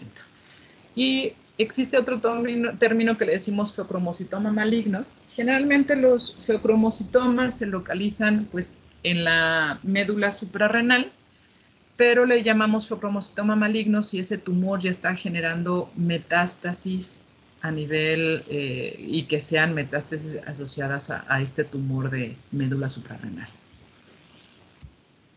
Son tumores raros, tienen una incidencia de 2 a 8 casos por 1.000.000 de habitantes al año. La prevalencia en un paciente que tiene el diagnóstico de hipertensión varía de 0.1 a 0.6%, y la prevalencia en individuos portadores de una mutación germinal de genes susceptibles es hasta en el 50%. Si tenemos a un paciente que tiene un incidentaloma adrenal, o sea, que por otro estudio de imagen solicité una tomografía o resonancia y el radiólogo me reporta que hay un tumor en una suprarrenal, el hecho de que ese tumor o incidentaloma suprarrenal sea un feocromocitoma solamente lo ocuparé un 5% de los casos.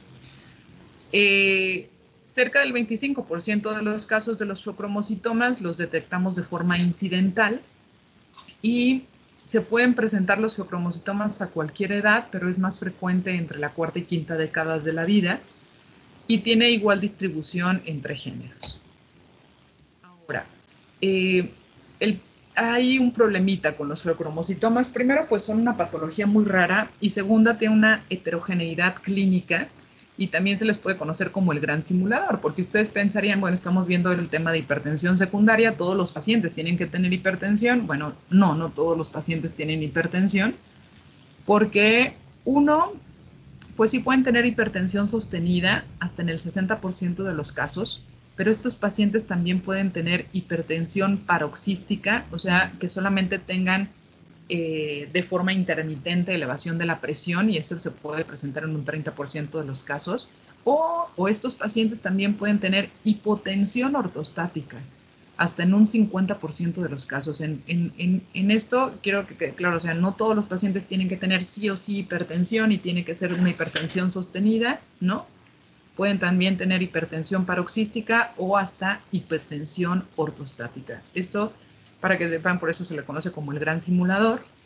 Otros de los síntomas que puede tener el feocromocitoma es cefalea, hasta en 60-90% de los casos, palpitaciones, diaforesis, palidez, náusea, flushing, que es que presenten como un rubor facial, pérdida de peso en el 20-40% de los casos, ansiedad, pánico, pueden tener hasta el trastorno en el metabolismo de glucosa, hiperglucemia en el 40% de los casos. Pero se dan cuenta, generalmente esto de cefalea, palpitaciones, diaforesis, palidez, se presenta de forma paroxística y es cuando el paciente también tiene los paroxismos de hipertensión.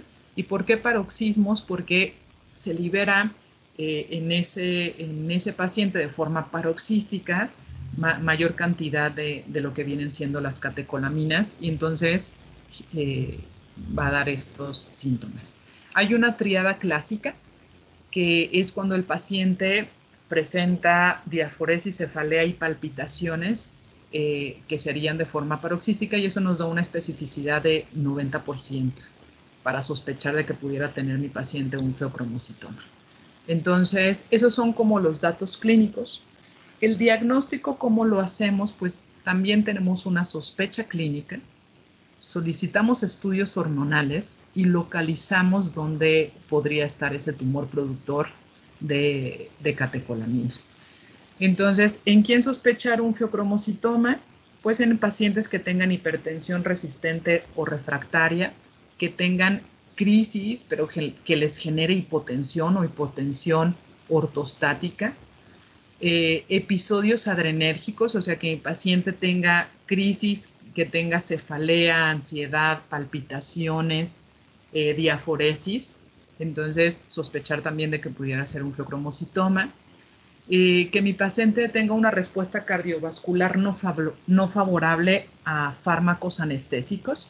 Generalmente sospechar cuando mi paciente se sometió a un procedimiento quirúrgico y durante el procedimiento tuvo crisis hipertensivas. Entonces ahí también tendríamos que descartar que no tenga un feocromocitoma mi paciente. Que detectamos por otro estudio de imagen un incidentaloma o un tumor suprarrenal, entonces tengo que también descartar que ese tumor no sea productor de catecolaminas. Si tengo antecedentes familiares de feocromocitoma, pues lógicamente tendría que descartar que ese paciente no tenga feocromocitoma. Y si la hipertensión, si tiene hipertensión en pacientes jóvenes menos de 20 años, también. O si mi paciente tiene hipertensión, glucosa alterada en ayuno, intolerancia a los carbohidratos o diabetes mellitus tipo 2, pero tener en cuenta que, bueno, muchos pacientes tienen hipertensión y trastornos en el metabolismo de glucosa, pero que sea una hipertensión refractaria o resistente o que tenga alguna de estas otras características que mencionamos previamente. Bien. ¿Cuál es la importancia de identificar a aquellos pacientes con feocromocitomas? Porque son altamente curables, ¿no? Y se manejan muy diferente.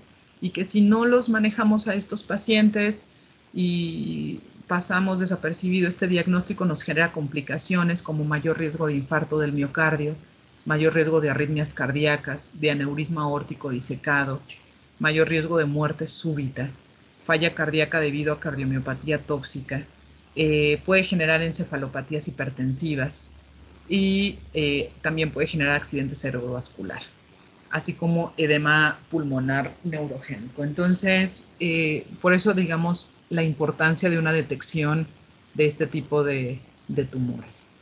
¿Cómo hago el diagnóstico del feocromocitoma o del paraganglioma? Pues hago una confirmación bioquímica del exceso hormonal, que en este caso sabemos que el exceso hormonal van a ser las catecolaminas, y después de identificar ese exceso hormonal, seguimos para la localización anatómica de ver dónde está ese tumor secretor de catecolaminas. ¿Cómo hacemos ese estudio bioquímico? Lo hacemos, o el estudio idóneo, es la medición de metanefrinas libres en plasma, porque me da o tiene una alta sensibilidad y una alta especificidad. ¿Qué es esto de metanefrinas? Las metanefrinas son los derivados o los metabolitos de lo que vienen siendo las catecolaminas. Catecolaminas es adrenalina y noradrenalina. Las metanefrinas hay normetanefrina y metanefrina. Y al decir metanefrinas nos van a medir estos dos derivados de las catecolaminas.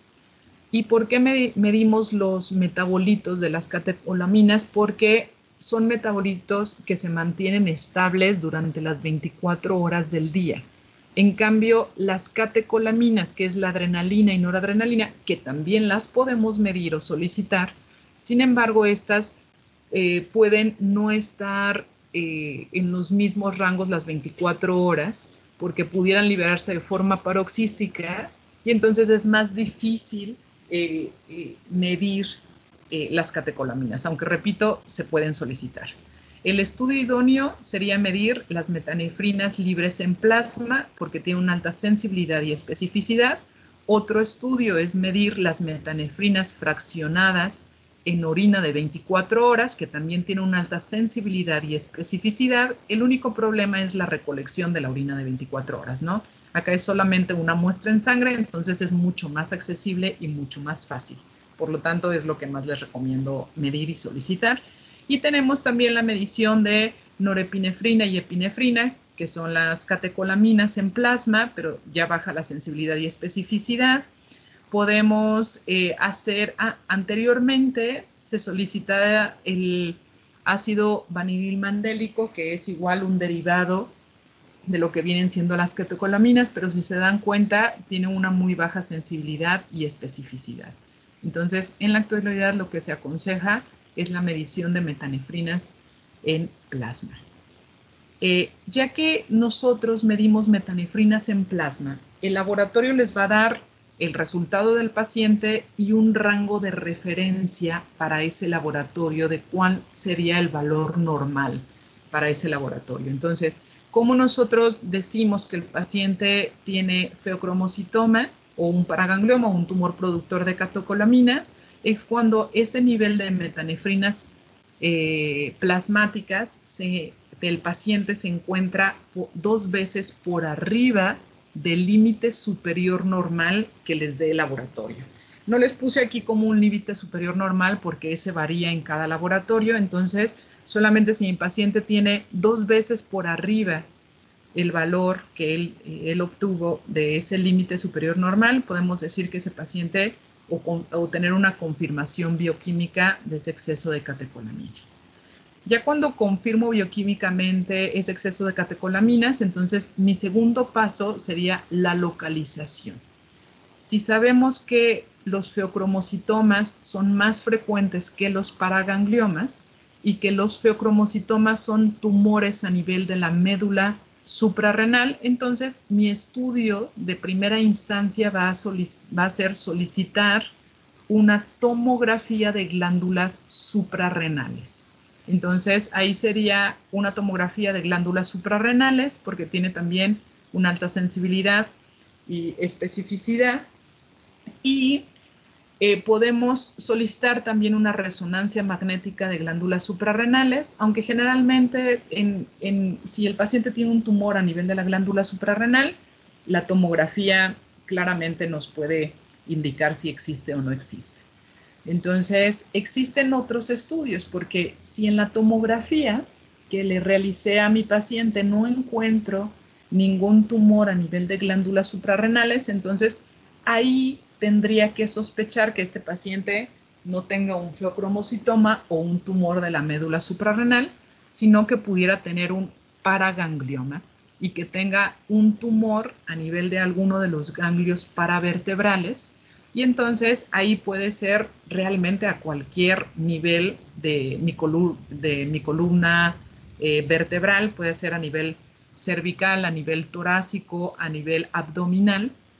Y generalmente ahí solicito entonces, si no está ningún tumor a nivel de la glándula suprarrenal, pues ahí se aprovechó y se logra ver en la tomografía de abdomen para ver suprarrenales, se logra ver también la columna en parte, una parte torácica y lumbar, si ahí no logramos ver ningún tumor para vertebral a ese nivel, entonces nos tendríamos que solicitar una tomografía de tórax, que es la parte que nos faltaría ver, y una tomografía de cuello para tratar de localizar o determinar dónde está ese tumor productor de catecolaminas. Ya que tenemos localizado ese tumor productor, o si no llegáramos más bien a localizarlo y ya le hice tomografía de glándula suprarrenal, no hay tumor, ya le hice tomografía de cuello, de tórax y no se identifica tumor. Entonces, hay estudios de medicina nuclear que son los que vienen aquí abajo, como metayodobencilguanidina, que es un estudio de medicina nuclear, o ya fusionan el estudio de medicina nuclear, que es como un rastreo, con el SPECT, que es, funcionan la tomografía con este trazador que es metayodobencilguanidina, para tratar, este trazador es ávido para células cromáfines y entonces nos ayudaría a tratar de identificar dónde se localizaría ese tumor si nosotros no lo pudimos localizar a través de tomografía. Y existen otros estudios de medicina nuclear como es el PET, que si estos estudios previos no nos ayudaron a localizar el tumor, pues entonces podríamos utilizar estos otros estudios que son de más alto costo. Esa sería la forma de tratar de localizar ese feocromocitoma, pero generalmente no es algo complicado en el sentido de que los feocromocitomas son más comunes y que entonces vamos a localizar el tumor a nivel de glándulas suprarrenales.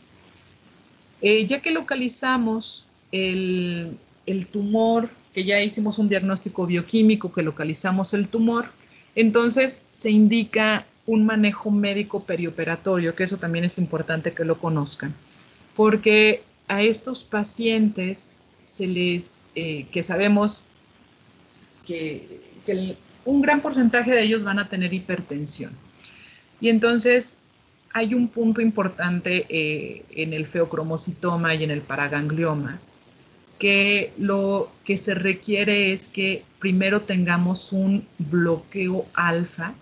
Recordar que las catecolaminas actúan tanto en receptores alfa como en receptores beta, pero primero tenemos que dar un bloqueo alfa antes de dar un bloqueo beta, porque si nosotros primero damos un bloqueo beta, recuerden que eso puede condicionar vasodilatación y eso puede generar que mi paciente tenga un descontrol eh, de la presión arterial, ¿no? Entonces, generalmente aquí lo idóneo siempre es iniciar con un bloqueo alfa, que en este sentido, estos son los diferentes medicamentos que se pueden iniciar.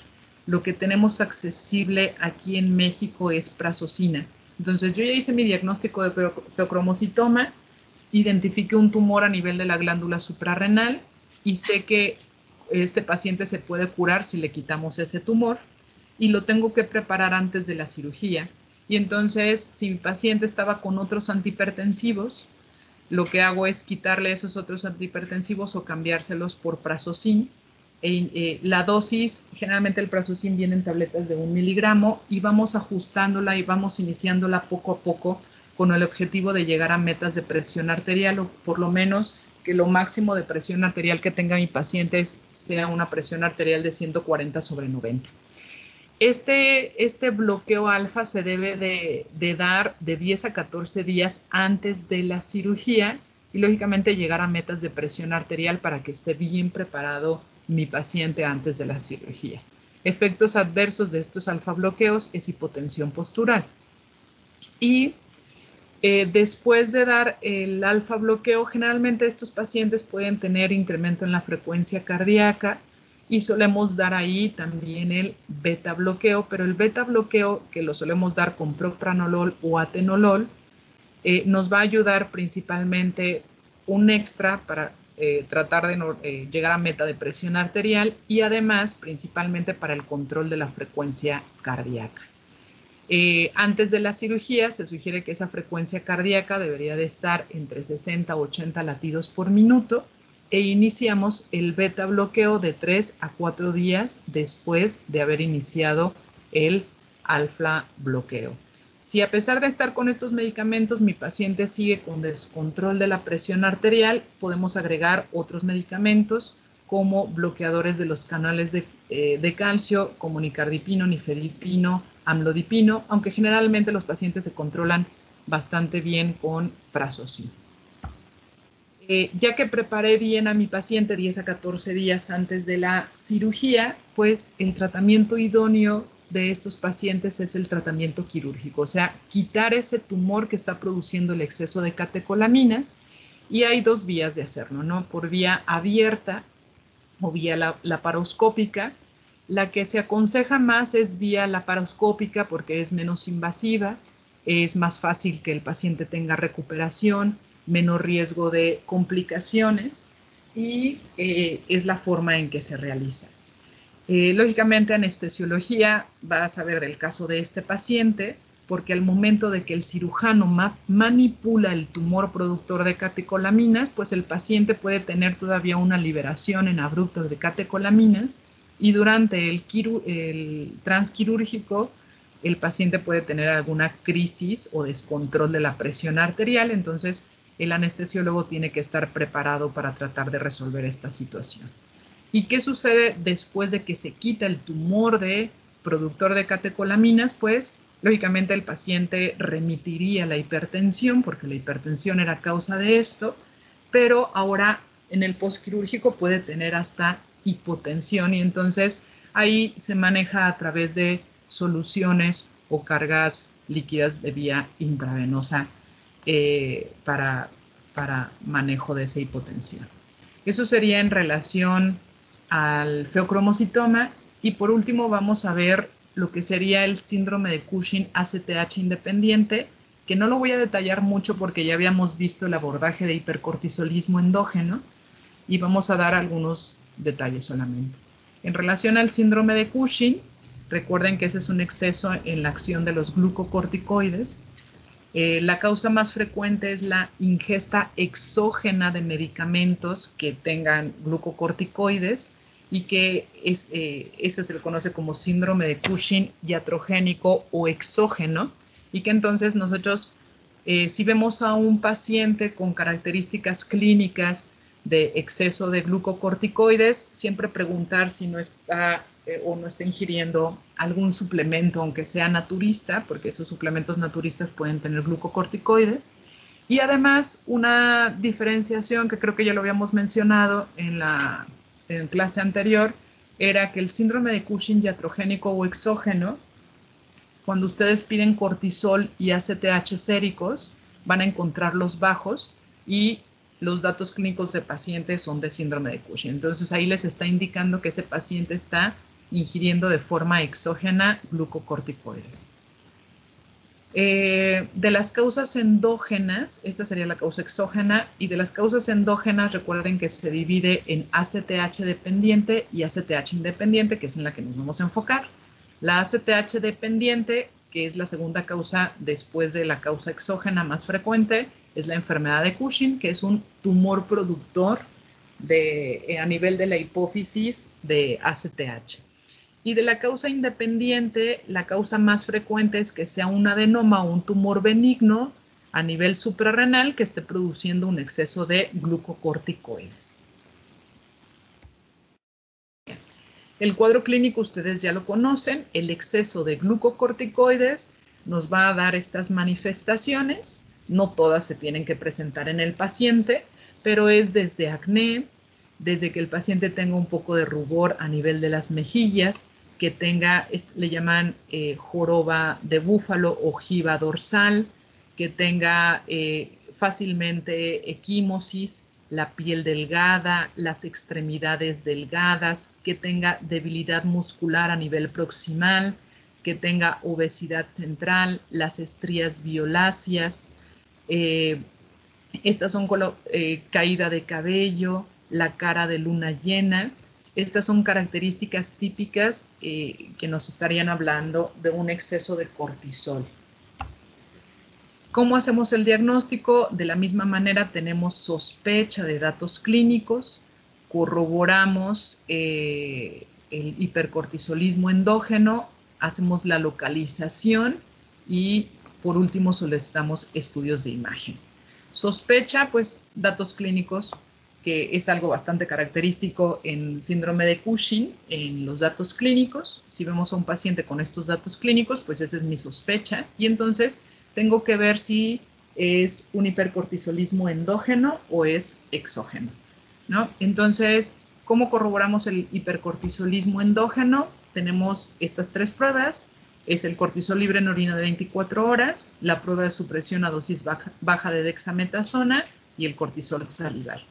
Les pongo aquí en asteriscos cortisol sérico y ACTH sérica porque si estamos pensando o el paciente comenta que está tomando un medicamento que pudiera tener esteroide, entonces el cortisol sérico y ACTH nos van a dar un valor bajo o suprimido porque el paciente está consumiendo de forma exógena el esteroide.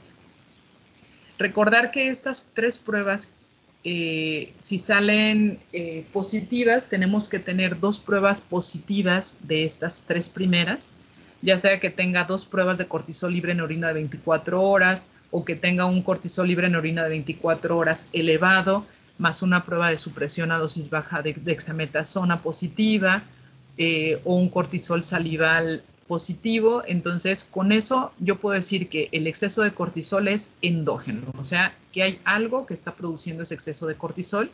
Y entonces, de ahí procedo a la localización. ¿Dónde se está produciendo ese exceso de cortisol? Si es a nivel de la hipófisis, si es a nivel de la glándula suprarrenal, y como en este caso estamos viendo síndrome de Cushing ACTH independiente, entonces el siguiente paso para la localización es medir la ACTH o la hormona adrenocorticotrópica, y si la hormona adrenocorticotrópica está suprimida menos de 5 picogramos por mililitro, lo que me está diciendo es de que a nivel de la hipófisis no hay ningún problema, porque a nivel de la hipófisis están detectando este exceso de cortisol y la hipófisis está actuando de forma adecuada en el sentido de que ya no sigue produciendo más hormona adrenocorticotrópica y por eso está suprimida. Y cuando está suprimida, entonces lo que nos está diciendo es que el problema está a nivel de la glándula suprarrenal.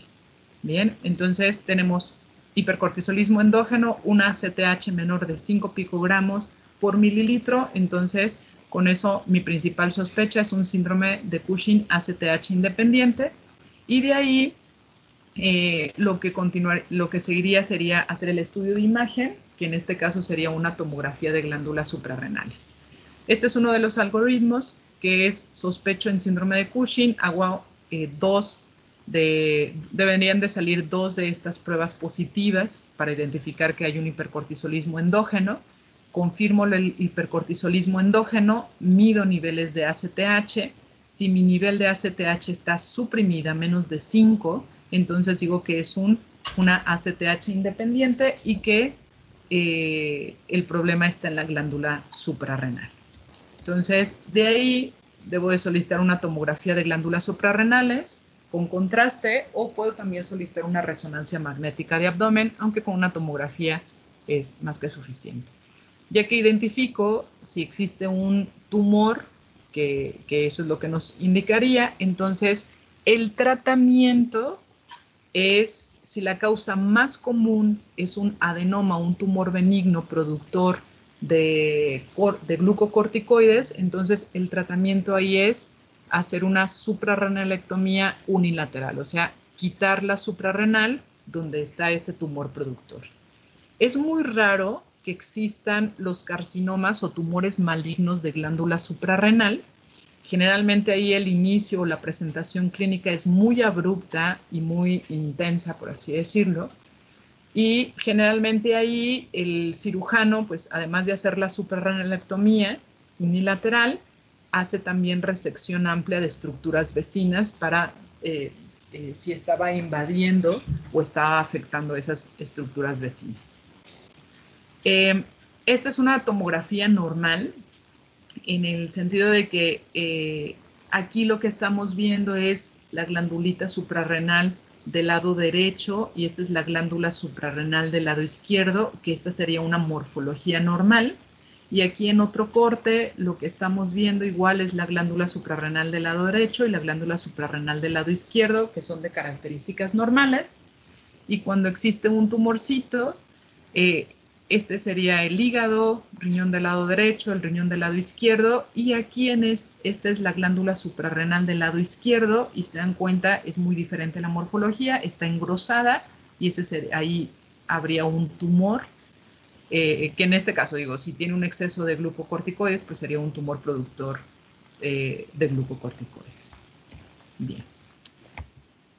Un poquito rápido porque ya esta es la última clase, ya ni siquiera les di tiempo para descansar, para tratar de terminar esta unidad. Y no sé si tengan alguna duda o pregunta.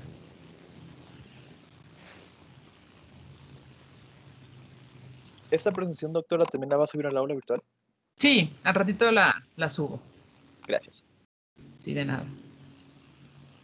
Hasta aquí, de hecho, vendría el examen. El examen sería el próximo miércoles. Lo que les quería preguntar, porque, bueno, que creo que ya me lo comentaron sus jefes de grupo, pero el examen entonces lo van a querer virtual o presencial. Virtual, maestra. Virtual. Entonces sería el examen a través del aula virtual el próximo miércoles, que es 1 de diciembre, y sería en la mañana. No sé ahí, porque los miércoles tenían 2 horas seguidas. Si quieren que sea de 7 a 8 o de 8 a 9.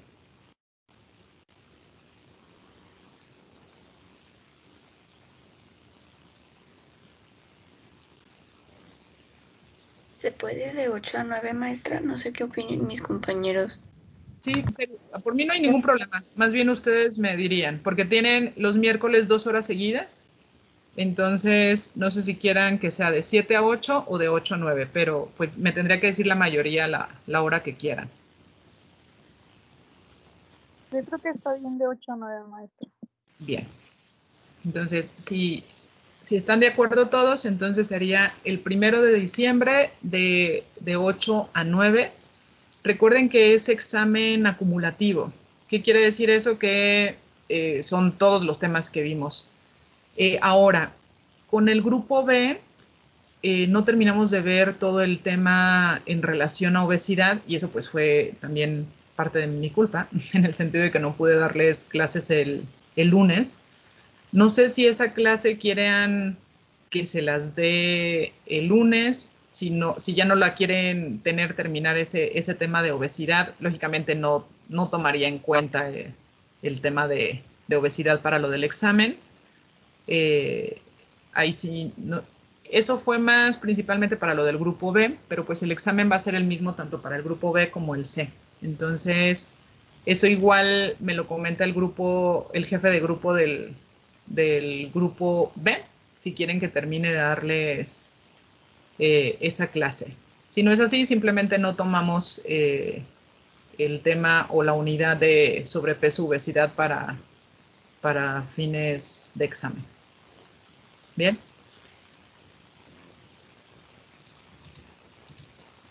No sé si ahorita tengan alguna duda, alguna pregunta.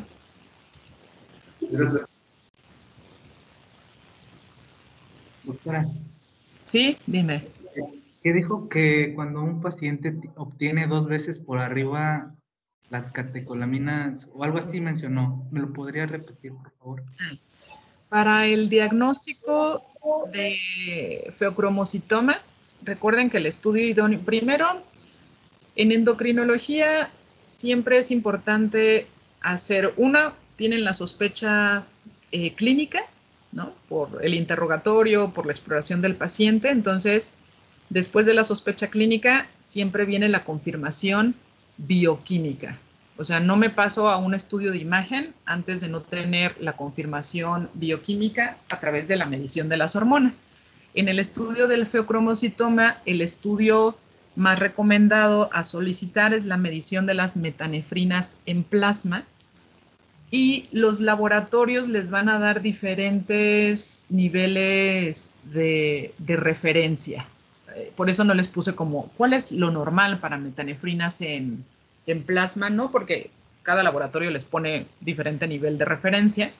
Y entonces ustedes, ¿cuándo van a sospechar de que sí tiene ese exceso de metanefrinas en plasma?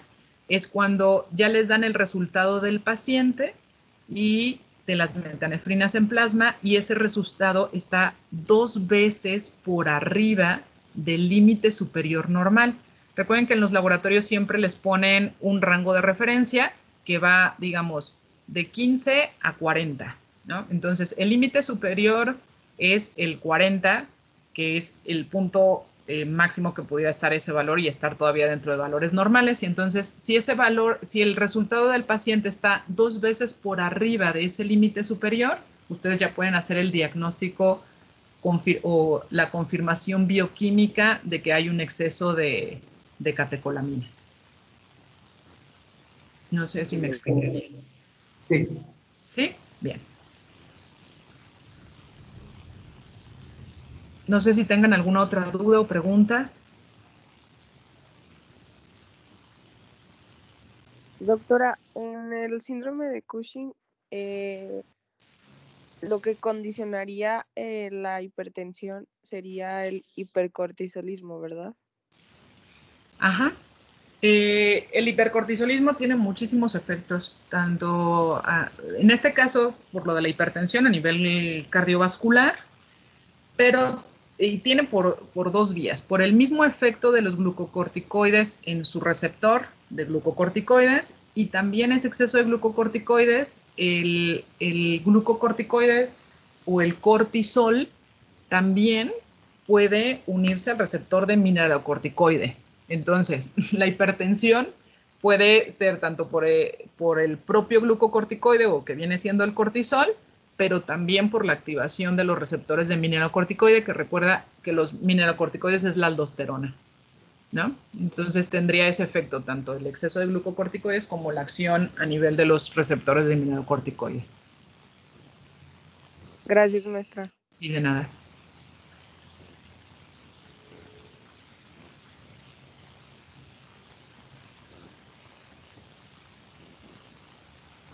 ¿Alguna otra duda o pregunta?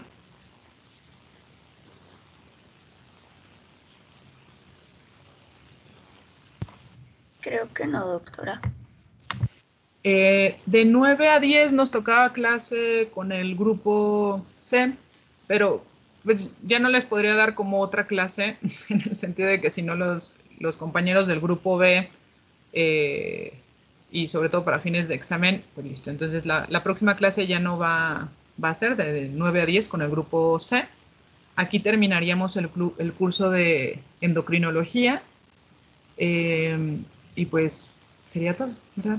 Un gusto conocerlos, aunque creo que no los conocí bastante bien por la forma en que dimos las clases, pero bueno, lo que se pueda necesitar o ofrecerle, pues estoy aquí disponible. ¿Sale? Gracias, maestra. De nada. Muchas gracias, maestra. Muchas gracias. Muchas gracias, doctora. Muchas gracias, maestra. Gracias, maestra. Bueno, Gracias. hasta luego. Que estén bien. Estudien para el examen final. ¿Vale? Hasta luego.